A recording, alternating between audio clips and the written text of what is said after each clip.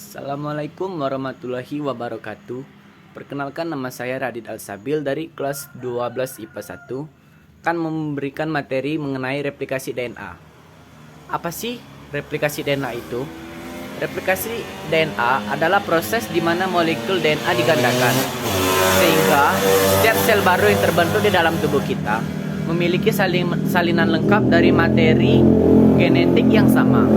Bayangkan, jika tubuh kita adalah sebuah pabrik, DNA adalah blueprint atau desain yang harus diproduksi ulang setiap kali sel baru terbentuk.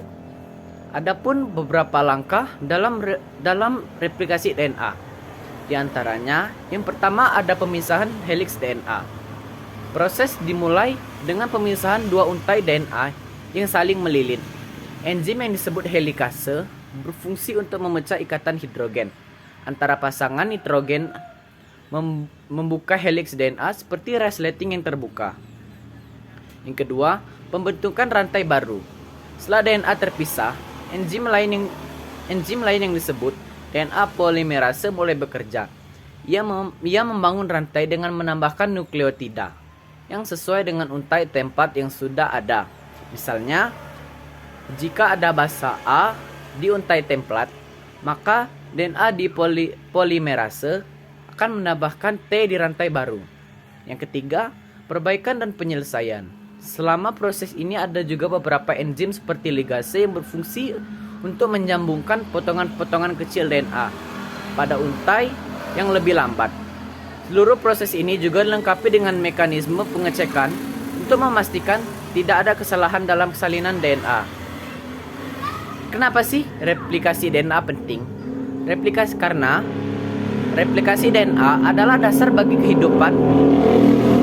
Tanpa proses ini, sel-sel baru tidak akan memiliki informasi genetik yang tepat, yang bisa berujung pada masalah kesehatan, seperti kanker atau kelainan genetik lainnya. Proses ini sangat terorganisir dan penuh detail, dan meskipun terdengar rumit, hampir setiap sel dalam tubuh kita menjalani replikasi setiap hari. DNA juga memiliki peran dalam menentukan sifat genetik setiap individu karena urutan pasangan basa yang spesifik. Selain itu, DNA dapat berfungsi sebagai heterokatalitik dalam sintesis molekul lain, seperti RNA, atau autokatalitik dalam proses replikasinya sendiri. Terdapat 3 hipotesis replikasi DNA, yaitu konservatif, dispersif, dan semi-konservatif. Hipotesis semi-konservatif yang diajukan oleh Watson dan Crick menyatakan bahwa kedua rantai heliks memisahkan diri, lalu skan bagi pasangan barunya.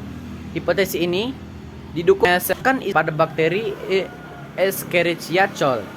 Hasil eksperimen mereka menunjukkan bahwa DNA mengikuti pola semi-konservatif, di mana setiap heliks lama berpasangan dengan heliks baru. Pembuktian bahwa DNA tidak mengalami pemecahan kembali di antara pembelahan sel. Sekian materi replikasi DNA saya. Wassalamualaikum warahmatullahi wabarakatuh.